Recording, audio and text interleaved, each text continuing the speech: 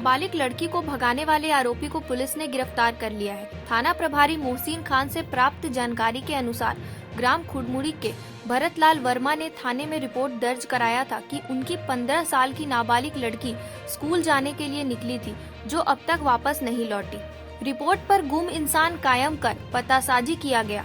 गुम नाबालिग लड़की को हर्ष चतुर्वेदी ग्राम छपोरा के पास से बरामद कर उनके पालकों के हवाले कर दिया गया।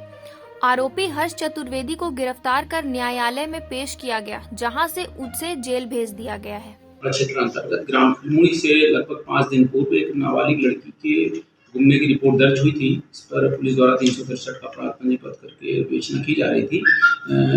ये जानकारी मिली कि एक हर्ष चतुर्वेदी नामक लड़का है जो यहाँ नेवरा का है निवासी, उसके द्वारा उस लड़की को भगा के ले गया है।